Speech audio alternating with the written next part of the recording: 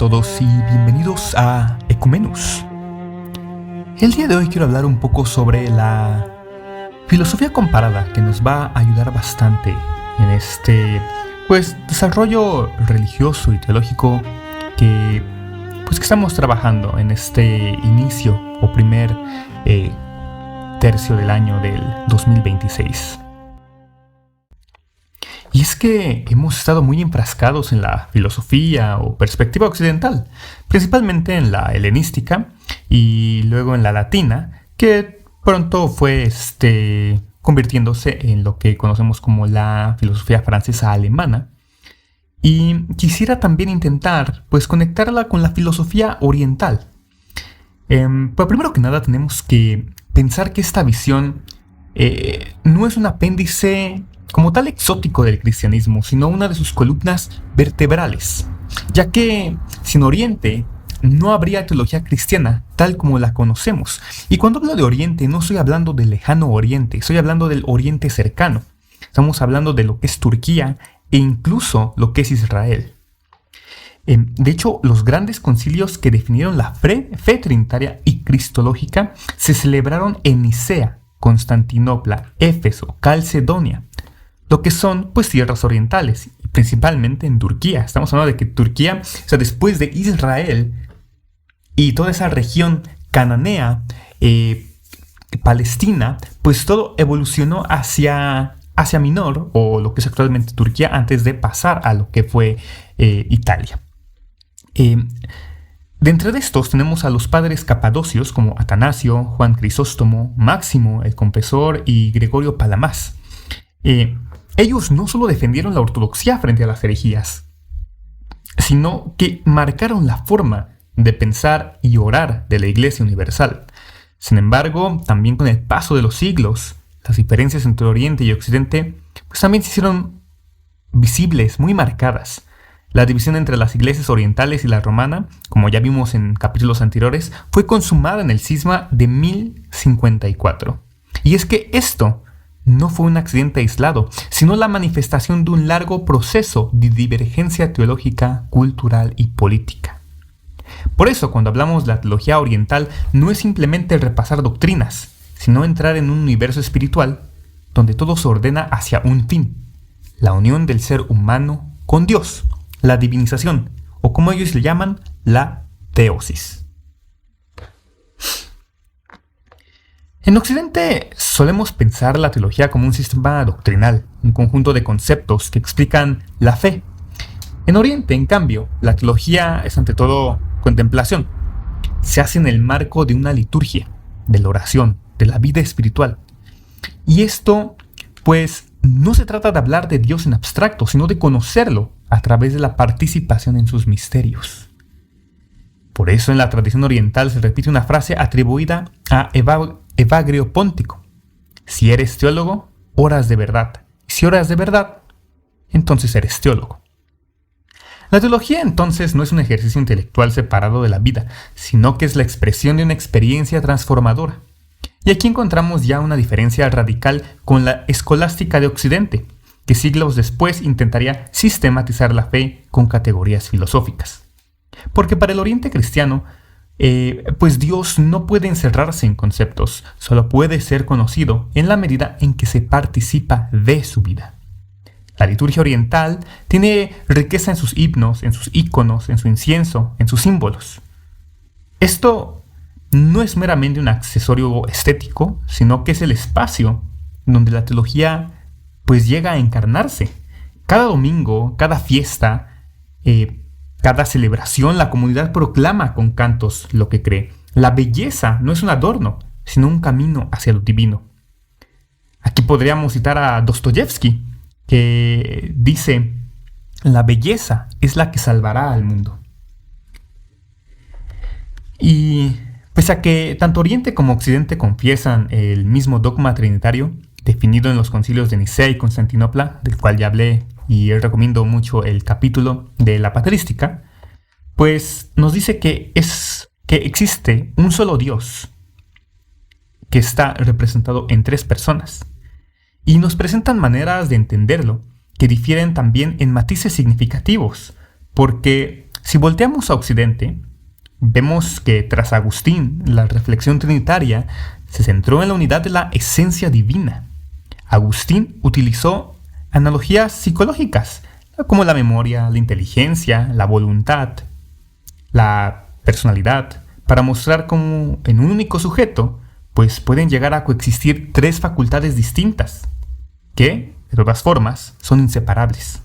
Pero en Oriente, la teología trinitaria se desarrolló en clave relacional.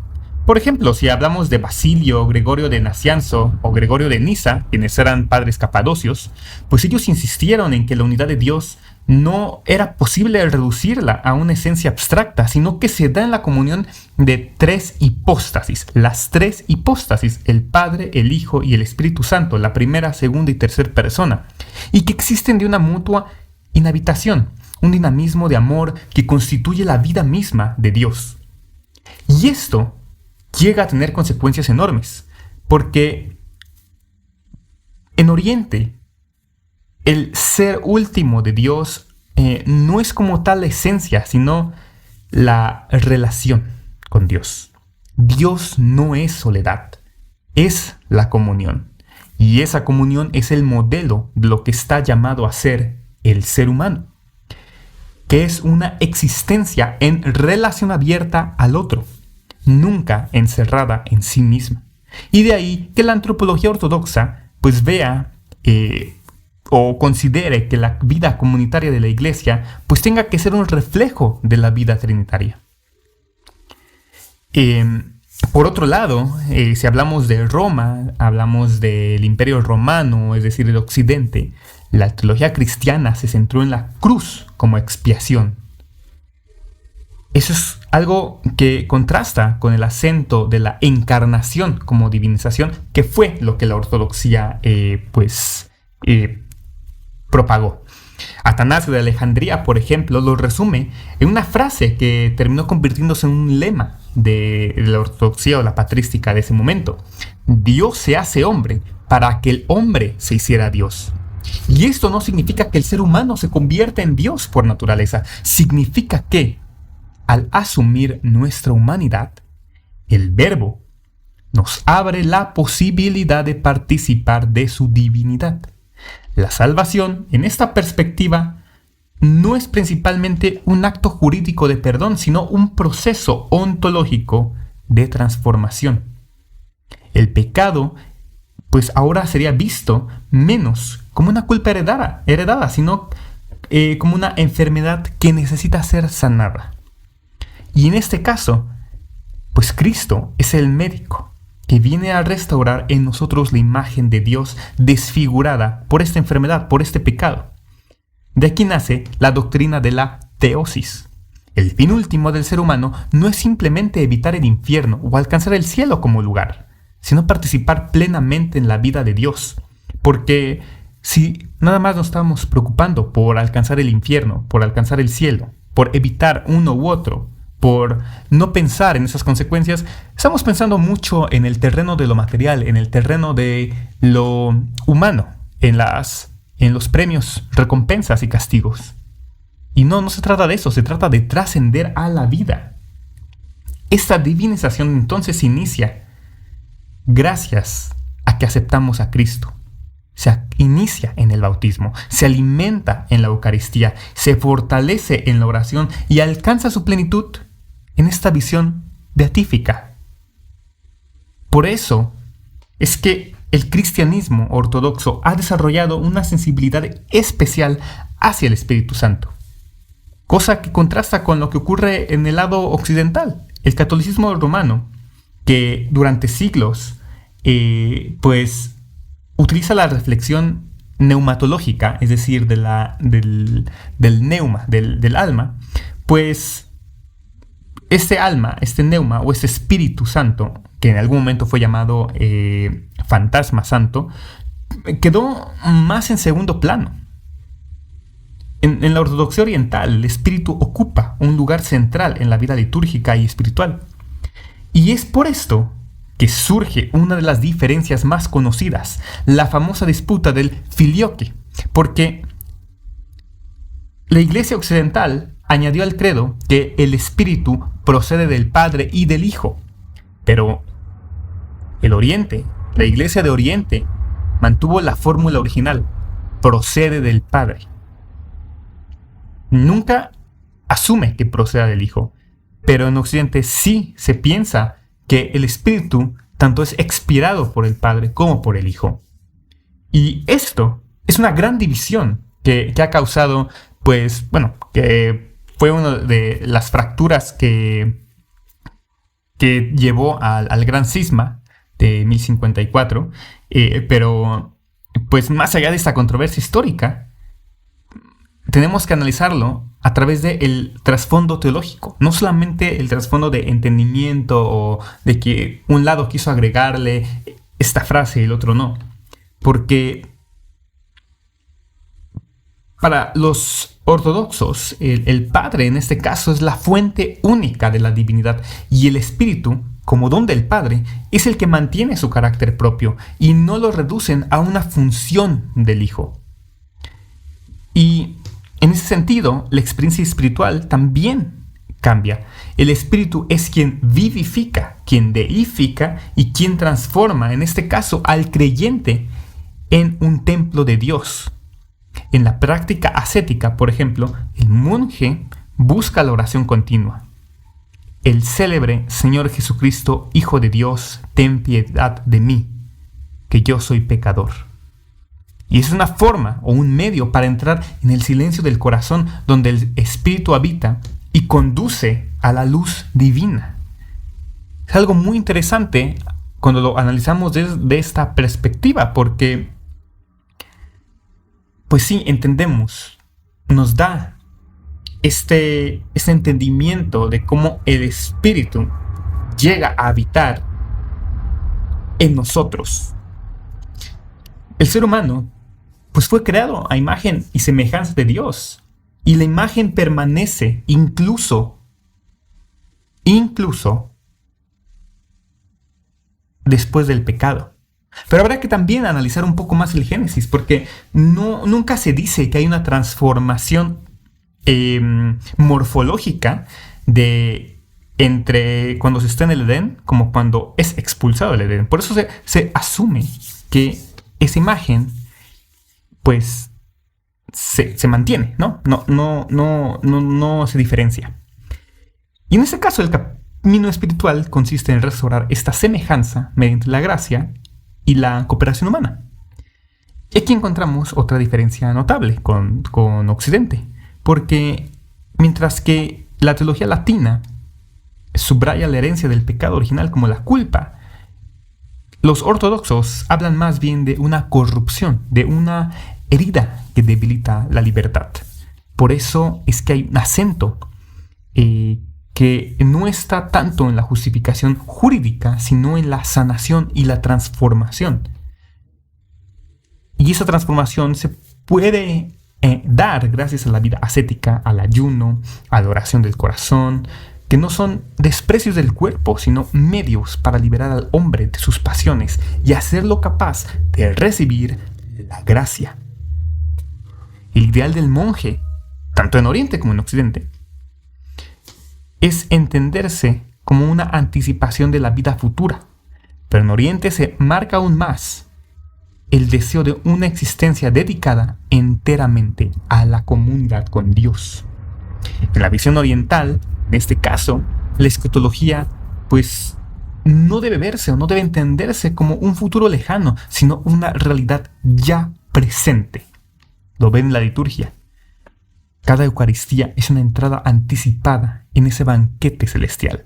El cielo no es simplemente un lugar, sino la comunión eterna con Dios, en la luz increada. Y aquí cobra importancia la enseñanza de Palamás sobre las energías divinas. No lo veamos en un sentido esotérico ni en un sentido místico. Veámoslo a la luz de la teología.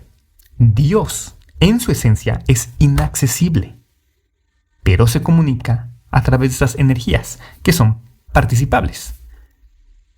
La luz, aquella que los apóstoles vieron en la transfiguración de Cristo, es la misma que el creyente puede experimentar en esta oración profunda. Por eso se dice que la escatología se vive ya en la experiencia mística. La divinización es un proceso que ha de comenzar aquí y ahora. No es algo que pueda estar en el futuro. No es algo que se espere en un futuro. Por eso a mí me gusta más esta idea de que uno crea su infierno o su paraíso aquí en la tierra. Tal vez si lo podemos comparar con las ideas kármicas del hinduismo, dharma y karma, una forma de entenderlo quizás de esa forma, que hay, sí puede haber un castigo, sí puede haber una premiación a corto, mediano, largo plazo. Y no se trata, una vez más, de esperar recibir algo a cambio. Y por eso se decide hacer el bien. Por eso se decide seguir una filosofía, una religión. No se trata de eso, porque entonces no lo estamos haciendo de forma legítima, con el corazón. Lo estamos haciendo por esperar algo a cambio. Y entonces ni se siente natural para uno, ni para los otros que reciben. No, nosotros hacemos bien las cosas porque es el deber.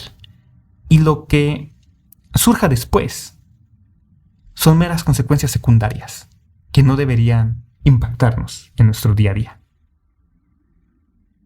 Pero bueno, mientras el judaísmo y el cristianismo se asentaban y se desarrollaban, como vimos antes, pues esto es parte de esta filosofía. Por eso quiero conectarlo ahora con la parte, ahora sí, Oriente Lejano. En este caso vamos a hablar un poco de la India, ¿no? Que es donde surgen esas grandes religiones. Y una de ellas es el budismo. Primero que nada, pues tenemos que reconocer algo, ¿no? Que a fin de cuentas ni el budismo ni el cristianismo pueden ser reducidos a simples doctrinas o a prácticas rituales, porque ambos son universos enteros con diversidad interna, corrientes múltiples y siglos de evolución. Pero hay un punto en común que los convierte en objeto privilegiado de comparación. Y es que los dos nacieron de la experiencia de una persona carismática, de un fundador cuya vida se convirtió en testimonio y modelo para sus seguidores. El budismo entonces surge de esta experiencia de Siddhartha Gautama, conocido como el Buda o el despierto. Y el cristianismo surge de la vida, muerte y resurrección de Jesús de Nazaret, el Cristo. En ese sentido, el budismo pues nace en la India, en un ambiente de hecho saturado de religiosidad, mitos, prácticas rituales. Siddhartha era un príncipe perteneciente a la nobleza de los Shakya. Y esto ocurrió alrededor del siglo VI a.C. La tradición nos cuenta que, pues, protegido en su palacio, pues vivía ignorante de la realidad del sufrimiento humano, hasta que un día descubrió la enfermedad, la vejez y la muerte. Se dice que aquello lo sacudió profundamente y lo llevó a abandonar sus privilegios para convertirse en un buscador. Durante años practicó el ascetismo extremo, creyendo que la mortificación del cuerpo era el camino a la liberación. Pero pronto comprendió que este no era, pues, el sendero adecuado tampoco.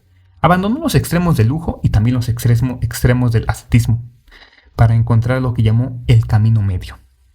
O, como puede traducirse, una vía en equilibrio o del equilibrio. La experiencia decisiva ocurrió entonces bajo el famosísimo árbol Bodhi, donde Siddhartha alcanzó la iluminación y descubrió allí las 4 nobles verdades: que la vida está marcada, pues, por el sufrimiento, y que ese sufrimiento tiene una causa, el deseo y el apego. También encontró que existe una liberación posible, que es el nirvana, y que el camino hacia esta liberación es el noble óctuple sendero, que integra ética, meditación y sabiduría. Por eso, el Buda no se presentó como un dios, sino como un guía, alguien que mostró un camino que otros podían seguir. La comunidad de discípulos que formó, la Sangha, se convirtió en el primer núcleo del budismo, una fraternidad de monjes y monjas que dedicaban su vida a la práctica del Dharma, que pues fue la enseñanza de este maestro. Y siglos después, pues surgió el cristianismo. O sea, Jesús de Nazaret nació en una tierra sometida al dominio romano, en un pueblo marcado de hecho por la expectativa mesiánica y la esperanza de redención. La figura de Jesús, al igual que la de Buda, pues rompió los moldes de su tiempo, predicó el amor radical, la cercanía del reino de Dios, la dignidad de los pobres y los marginados, y además realizó signos de compasión y sanación, por lo que también desafió a las autoridades no solamente políticas, sino también religiosas, con una enseñanza que privilegiaba la misericordia sobre el legalismo. Y el desenlace de su vida, pues, fue la cruz. Pero lo que para los romanos y sacerdotes del templo fue la eliminación de un rebelde peligroso, pues para sus discípulos se convirtió en el inicio de una fe nueva. Proclamaron que Jesús había resucitado, que la muerte no lo había vencido y que era el Hijo de Dios y el Salvador del mundo. Al igual que con Buda, los discípulos de Jesús se organizaron en comunidades. No se trataba de monjes en este caso, sino de pequeños grupos creyentes que compartían bienes, oraban juntos y anunciaban las buenas noticias de Cristo, es decir, el Evangelio. Y así nació la Iglesia, que como la Sangha budista se convirtió en el custodio de una memoria viva y en la transmisión de una enseñanza y de tradiciones. Pero tenemos que tener cuidado, porque comparar a Buda y a Cristo puede ser también muy arriesgado. Ambos fueron maestros itinerantes, desafiaron las estructuras religiosas de su tiempo y transmitieron un mensaje de compasión y de liberación. Sin embargo, la naturaleza de su misión es muy, pero muy distinta. El Buda es el hombre que se despierta al misterio de la existencia y enseña a otros cómo despertar. Jesús es el Hijo de Dios que se encarna para salvar al ser humano del pecado y de la muerte. El budismo no reconoce un Dios creador personal. Su horizonte es el nirvana, la extinción del deseo y de la ignorancia. Para el cristianismo, pues él sí proclama un Dios personal, un Dios trino y amoroso, cuyo fin es la comunión eterna con sus criaturas. Y en esta diferencia también se juega buena parte de la relación entre ambas tradiciones, porque convergen en la ética de la compasión, pero divergen en su teología. El budismo se organiza en torno al Dharma, y el cristianismo en torno al Evangelio. El Dharma ofrece un análisis del sufrimiento humano y un camino para superarlos. Es un diagnóstico existencial. La raíz de la infelicidad está en la ignorancia y en el apego. Y el Evangelio, pues anuncia la acción salvadora de Dios en la historia. La raíz del mal está en el pecado, en la ruptura de la relación con Dios, y la salvación, pues no se llega a alcanzar por un camino de sabiduría, sino como un don recibido en la persona de Cristo. Ambos mensajes, pues llegan a compartir un punto de todas formas, ya que no se quedan en algo teórico, sino que buscan transformar de hecho la vida. El Dharma no es un sistema metafísico tampoco abstracto, ¿no? Es una práctica realmente. Y el Evangelio tampoco es una ideología, sino que es un acontecimiento que llama a la conversión y al seguimiento. De aquí podemos también encontrar otro paralelismo, ¿no? El budismo desde la India se extendió hacia el este, llegando a Sri Lanka, el sudeste asiático, China, Corea, Japón, el Tíbet, y el cristianismo, pues desde Palestina se expandió hasta todo Occidente y Oriente, llegando u ocupando todo el Imperio Romano, el norte de África, el resto de Europa y posteriormente al resto del mundo. Ambas religiones, pues al expandirse, también se interculturaron. El budismo adoptó formas chinas y japonesas, se mezcló con tradiciones locales, creó escuelas diversas como el Zen o el Vajrayana, y el cristianismo pues llegó a Grecia y Roma e incorporó pues de hecho las categorías filosóficas, lo que ayudó al desarrollo de dogmas y liturgias, y de hecho esto dio lugar a tradiciones distintas como la ortodoxa, la católica y la protestante. Y el resultado fue que tanto el budismo como el cristianismo se convirtieron en religiones universales, capaces de hecho de trascender fronteras étnicas y culturales, a diferencia de religiones más localizadas como el judaísmo, el sintoísmo e incluso el hinduismo, que a pesar del gran número de practicantes, pues realmente solo se quedó en la parte de la India. Y de hecho, si hay un terreno donde la conexión entre budismo y cristianismo es más evidente, pues es en la ética de la compasión, porque el Buda nos enseña la práctica de la benevolencia. Y obviamente esto implica la compasión, de la alegría empática y la ecuanimidad. Y Jesús, por su parte, pues proclamó el mandamiento del amor al prójimo, incluso al enemigo. Pero en ambos casos el centro no es la norma, sino la actitud interior. Y lo importante no es cumplir reglas externas, sino cultivar un corazón transformado. En el budismo, pues un corazón libre de odio y apego. En el cristianismo, es un corazón lleno de amor del amor de Dios. Al fin de cuentas, no se solapan, pero tampoco divergen, sino que se unen, nos permiten aprender de ambos. Tras la muerte de Buda, sus discípulos se enfrentaron a la tarea de conservar y transmitir la enseñanza. Se organizaron de hecho concilios donde se recitó la memoria, los discursos que fueron atribuidos al maestro y se codificaron las reglas de la vida monástica. Y de este proceso pues conocemos el Canon Pali, que es la colección más antigua de escrituras budistas conservada en la tradición Theravada. Y en este canon se recoge de hecho un budismo relativamente sobrio comparado con los más actuales. Está centrado en la figura del Buda como maestro humano. Agrega la práctica de la meditación y la disciplina monástica como camino hacia el nirvana. Y no hay aquí de hecho una divinización de Buda ni la multiplicidad de figuras celestiales, sino de hecho una insistencia en la ética, la sabiduría y la concentración. Y esto pues parecen ser los ejes de esta vida espiritual. Si lo comparamos de hecho con el cristianismo primitivo, podríamos ver cierta semejanza con estas comunidades apostólicas más cercanas a Jesús, donde aún no se habían formulado los dogmas trinitarios ni cristológicos, pero ya estaban presentes en la experiencia de transformación radical. En ambos casos, de hecho, la memoria del maestro seguía viva y se transmitía oralmente, hasta que quedó fijada por escrito. Pero por un lado, el budismo no se quedó tampoco en su marco inicial. De hecho, a partir del siglo I a.C., de hecho surgió un movimiento que llegó a transformar la tradición. Y aquí es donde surge el Mahayana, que se puede traducir de forma transliteral como el gran vehículo. Y es que el Mahayana introdujo también nuevas ideas, la noción de que todos los seres, no solo los monjes, podían aspirar a la iluminación. La figura del Bodhisattva, aquel que renuncia al nirvana definitivo para ayudar a otros en su camino, y también una serie de textos como los sutras del Prajnaparamita, del loto, de la tierra pura, que de hecho terminaban ampliando la visión budista hacia algo más universalista y de hecho también devocional. En el Mahayana Buda, pues este ya no es visto solamente como un maestro humano, sino como una manifestación de hecho trascendente con múltiples cuerpos capaz de guiar y asistir espiritualmente a los creyentes. Aparecen también otros Budas como los Bodhisattvas celestiales.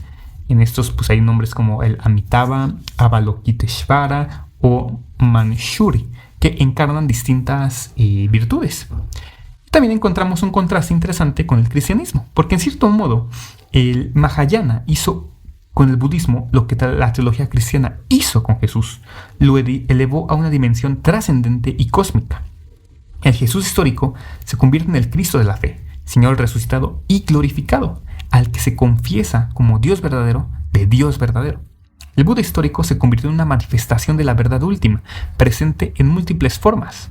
Y ambos procesos revelan cómo la comunidad creyente pues llega a transformar la memoria del maestro en una visión universal. Claro, los escritos bíblicos nos confirman que Jesús era en efecto Dios mismo, el Hijo de Dios, pero Dios mismo a fin de cuentas. Más adelante, para el budismo, por ejemplo, pues hay un desarrollo llamado el desarrollo del Vajrayana, que es el vehículo del diamante, y esto ocurre principalmente en el Tíbet. Y allí es donde el budismo, de hecho, se impregnó de rituales esotéricos, mantras, mandalas, prácticas tántricas. Y aquí, pues, es donde los lamas se convirtieron en maestros espirituales con gran autoridad. Y la búsqueda de la iluminación adquirió, de hecho, una dimensión ritual y simbólica muy elaborada. Si buscamos paralelos con el cristianismo, podríamos pensar en las tradiciones místicas y sacramentales donde lo visible como el pan, el vino, el agua, los óleos, pues de hecho se convierten en mediación de lo invisible. Y en el Vajrayana, este hizo del símbolo también un camino de acceso a la iluminación. Entonces hay unas semejanzas entre el cristianismo sacramental de los siglos primeros con este cambio o este agregado al budismo, ¿no? Pero pues intentemos llegar un poco más a este meollo del asunto, ¿no? A este punto en el que hay diferencia, hay comparaciones, hay similitudes, pero hablemos de estas doctrinas. En primer lugar tenemos la noción del Anatman o el no yo. Es decir, el budismo de hecho nos enseña que no existe un yo permanente. una sustancia individual eterna. No hay algo que exista como tal, sino que lo que llamamos como persona es un conjunto de 5 agregados: forma, sensaciones, percepciones, formaciones mentales y conciencia. Creer en un yo permanente es causa de sufrimiento, es lo que nos dice. Y el cristianismo, pues, se afirma la existencia de la persona como un sujeto irreductible, creado a imagen de Dios y que de hecho será resucitado después. Para la teología cristiana, de hecho, cada individuo tiene un valor eterno y único. Y aquí aparece una de las tensiones más radicales entre ambas tradiciones, porque el budismo busca disolver la ilusión del yo, y el cristianismo reafirma la identidad personal y la relación con un Dios personal. Otra doctrina clave, pues, también es el karma. El budismo tiene la acción, dice que tiene que las acciones tienen consecuencias que se manifiestan ya sea en esta vida o en futuras reencarnaciones. El ciclo de nacimientos y muertes, el samsara, está determinado por ese karma acumulado. El objetivo, de hecho, es liberarse de ese ciclo alcanzando el nirvana. Y el cristianismo, por su parte, no habla de reencarnación, sino de una vida única que culmina en una resurrección y un juicio. Aquí es donde entra esa diferencia también, de hecho, entre la escatología, por así decirlo, o tiempo judío-cristiano, en el que se plantea que el tiempo es lineal y una vez que culmina, a diferencia del tiempo cíclico de las tradiciones del lejano oriente. En ese sentido, el budismo ve un ciclo interminable y el cristianismo, pues, ve esta historia lineal del pecado y la gracia de Dios como una respuesta. Y el tercer aspecto es la noción del nirvana, porque el nirvana no es un cielo como el cristianismo lo pinta, tampoco es un lugar, sino que es un estado de liberación del apego y de la ignorancia, la extinción de la sed que causa el sufrimiento. O sea, podríamos pensar que el nirvana se puede alcanzar incluso aquí mismo, en la tierra, mientras está vivo, porque el nirvana es el desapego absoluto. Claro que también uno tendría que desapegarse de lo material, del cuerpo material. Entonces implica una muerte. Pero una muerte sin apegos. Y el cristianismo habla de la vida eterna en comunión con Dios, una relación de amor personal y de plenitud. Pero una vez más también hay que alejarse de la parte material. En ese sentido, aunque divergen, siguen siendo, pues, elementos que se separan en su definición. Y pese a esas diferencias doctrinales, pues hay una convergencia ética, porque aquí, como dije antes, el centro es la compasión. Se puede expresar en la práctica de la benevolencia, en el mandamiento del amor, en la vida de Cristo como servicio y entrega hasta la cruz. Que, como había dicho en otros capítulos, pues esa entrega a la cruz también involucra los mártires, los martirios, esta muerte por haber defendido al cristianismo, al Cristo mismo, por no pues cambiar de fe, ¿no?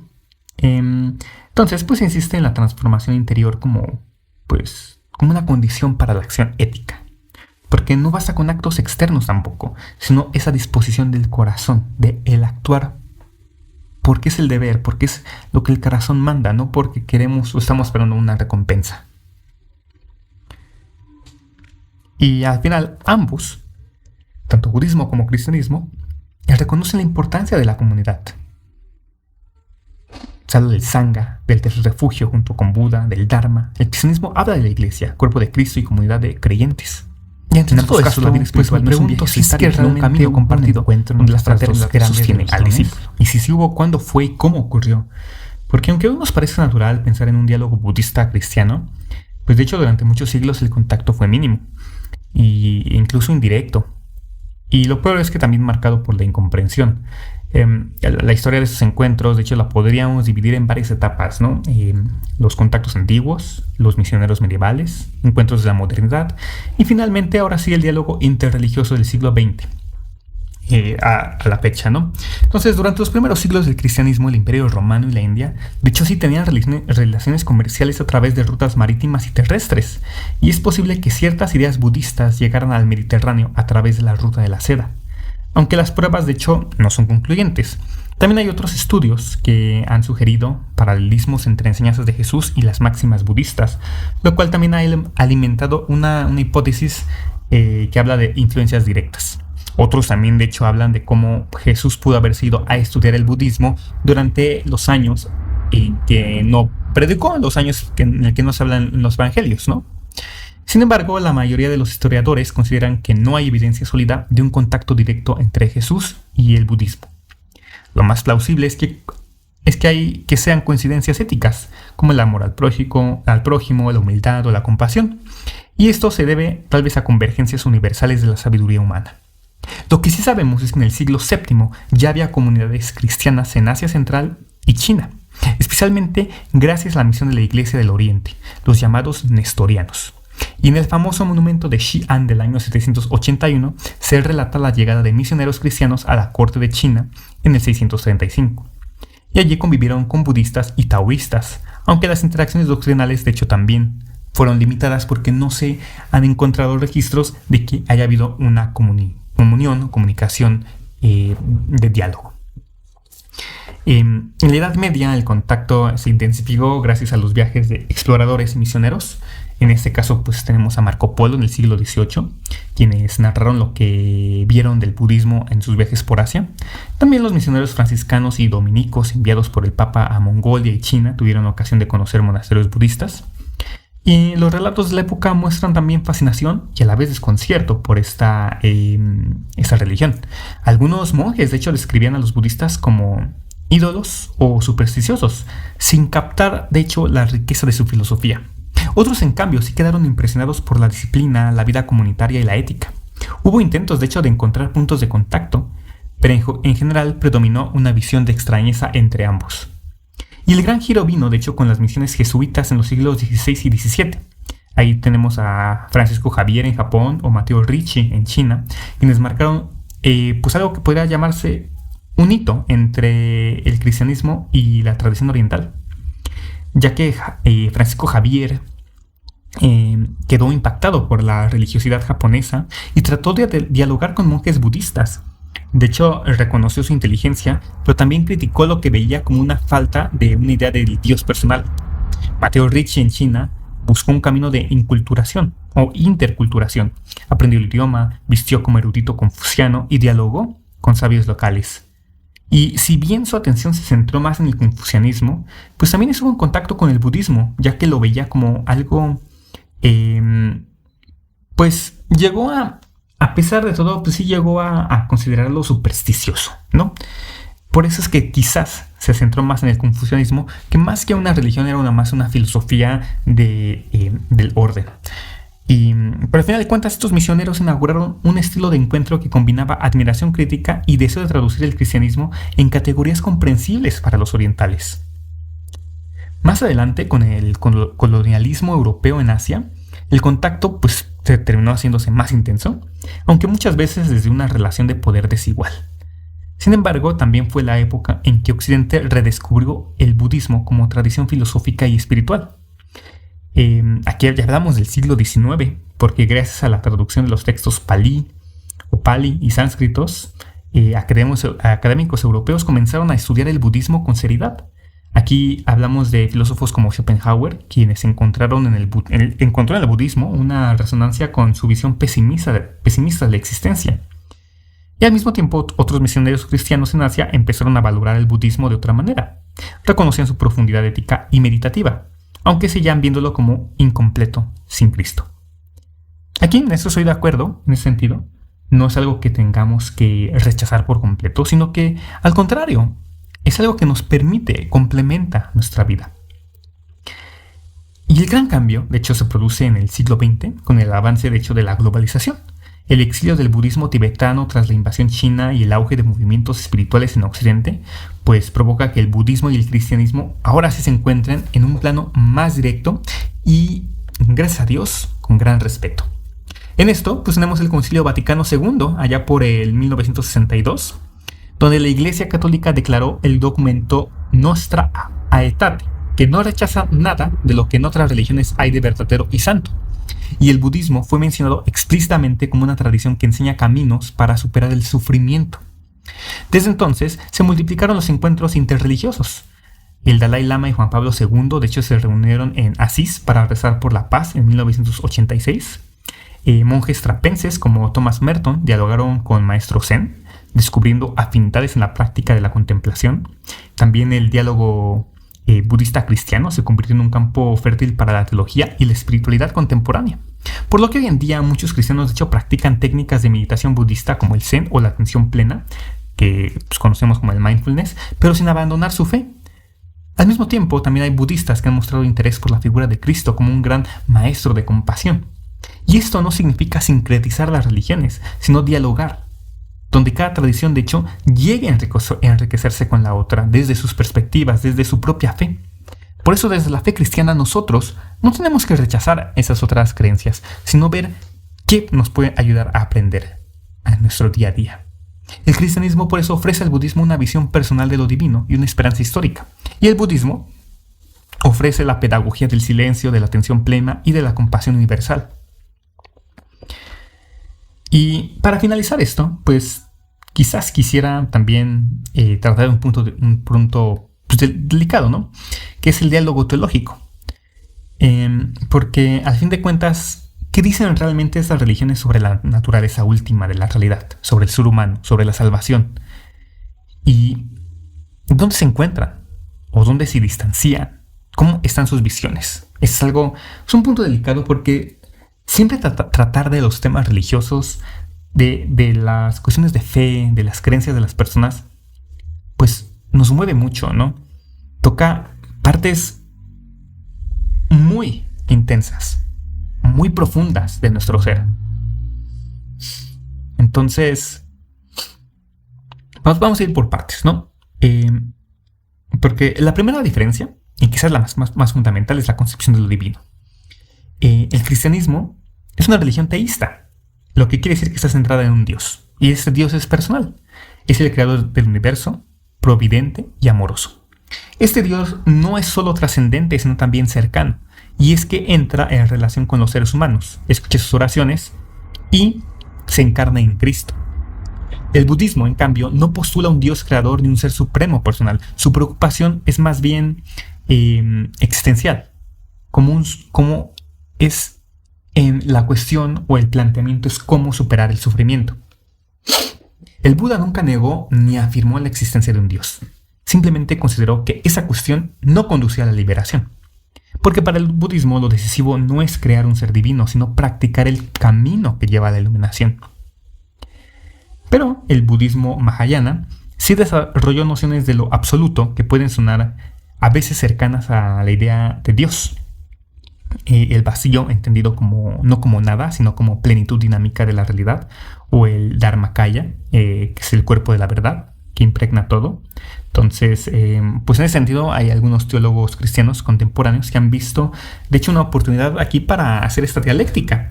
Quizás lo que el budismo llama Shunyata y lo que el cristianismo llama Dios trascendente, pues no son realidades opuestas, sino expresiones distintas de un misterio común que pues fue interpretado de forma distinta por el contexto sociocultural en el que se desarrollaron ambas religiones, ¿no? La segunda comparación también es inevitable, que es comparar a los fundadores, porque el cristianismo confiesa que Jesús es el Hijo de Dios y verdadero hombre. Es decir, que es una encarnación de la palabra eterna, es el Verbo encarnado. Y su muerte y resurrección son el centro de la salvación, el acontecimiento definitivo que reconcilia al mundo con Dios. Y el budismo pues ve al Buda como un ser humano que alcanzó la iluminación por su propio despertar, y no lo deifica, sino que nos enseña cómo también podemos llegar nosotros a la iluminación, ya que si uno lo hizo, pues nosotros también podemos hacerlo. Pero Cristo también nos enseña lo mismo. Algo que Él hizo como hombre implica que lo podemos hacer nosotros como humanos. A fin de cuentas, el budismo no habla de un Dios encarnado, aunque el Mahayana sí lo presenta como una manifestación trascendente. Y la función del Buda no es salvar al mundo mediante un sacrificio, sino mostrar el camino que conduce a la liberación. Así, si quisiéramos hablarlo quizás en términos cristianos, pues podríamos decir que Cristo es el Salvador, mientras que Buda es el guía. Cristo ofrece la gracia de Dios y Buda señala el camino del despertar. Hay un punto de encuentro ahí, ¿no? Porque, pues, ambos nos van a llevar por ese camino. No podríamos como tal negarlo o no. No podemos negar uno y al otro, sino aceptar que existen ambos y que a su modo de verlo ven su verdad, ven esa verdad. No es una verdad relativa, porque al final de cuentas, creo yo, en mi pensar, en mi reflexión, que el objetivo es llegar a Dios. El Buda nos ayuda a sobrevivir al sufrimiento aquí en la tierra. El Cristo nos ayuda a trascender el mundo mortal. ¿Y cómo lo hacemos? Desapegándonos, como dice el Buda. Y entonces juntos podemos llegar a Dios. Esa es mi reflexión filosófica y teológica. En ese sentido, ¿no? Lo que pues también llega con esa otra cuestión, ¿no? Que el budismo pues propone el nirvana, que es un estado de liberación del sufrimiento, y esto pues nos habla de que no es un lugar, no hay una existencia personal eterna, sino una extinción del apego y de la ignorancia. Entonces el sufrimiento también ocurre porque hay ignorancia. Y el cristianismo pues espera la vida eterna en comunión con Dios. La resurrección de los muertos y la renovación de la creación es una escatología personalista e histórica, y la salvación de hecho afecta al individuo y al cosmos entero, pero ambas visiones difieren en su lenguaje. Pero no porque difieran, no quiere decir que no compartan un tema de esperanza, de una liberación del sufrimiento y de una plenitud última. Como dije, sí, podemos liberarnos de este sufrimiento, de este ciclo de sufrimiento gracias al budismo. Gracias al budismo podemos desapegarnos, no vivir en la ignorancia. Y el cristianismo pues nos ayuda entonces a trascender. Una vez que ya no hemos sufrido, ¿qué sucede después? Hay una trascendencia para tener una comunión con Dios. Eso sería una escatología en suma o adicional en ese sentido. Y eso pues también nos habla de una diferencia finalmente de la comprensión de la acción moral, que pues el budismo habla mucho del karma, ¿no? Ya hemos oído mucho sobre el tema, sobre el concepto de karma, ¿no? En el que cada acción pues tiene consecuencias. Y en ese sentido, la liberación solo llega cuando se trasciende pues ese condicionamiento. Y el nirvana también se alcanza mediante la práctica personal con ayuda de la comunidad y en algunas escuelas con el apoyo de figuras celestiales, no dioses, pero sí como personas elevadas, celestes, como los bodhisattvas. Y el cristianismo pues habla de la gracia, del don gratuito de Dios que salva al ser humano, no por sus méritos, sino por su amor. Para la fe cristiana, pues nadie puede salvarse por sí mismo. Es Cristo quien, mediante su muerte y resurrección, ofrece la salvación. Y algunos cristianos, de hecho, admiran la responsabilidad ética que el budismo atribuye a cada acción, pero consideran que carece de horizonte de gratuidad y amor divino. Y los budistas pues también ven la doctrina cristiana de la gracia como el riesgo de ser pasivos, ¿no? Como si el esfuerzo humano no contara. Entonces, hay que encontrar un punto medio, ¿no? O sea, si hay una gracia gratuita, otorgada por Cristo, por Dios, por su amor, pero nosotros también tenemos que jugar algo en este mundo, ¿no? No se trata de, una vez más, como dije, negar una y otra, o aceptar una y negar la otra, sino que son puntos de convergencia que nos ayudan a entender mejor nuestra espiritualidad. Eso es de lo que quería hablar en este, pues, capítulo de filosofía comparada. Un poco más ligero, creo yo, comparado con los capítulos previos que hemos tocado. Y una forma también de abrirnos, de aceptar, pues, que una religión no debe satanizar a otras religiones, sino que una religión tiene que aceptar lo que se puede aprender de otras filosofías y religiones. A fin de cuentas, desde el punto de vista ortodoxo, pues no hay unos bodhisattvas, pero sí hay, o más, sí hay mártires y que ayudan a través de la oración, que ayudan a través de sus enseñanzas. Y para el catolicismo romano, pues existen los santos, que serían como símiles a los bodhisattvas. Entonces, siento que el catolicismo romano, en sus interpretaciones y en lo que se puede decir como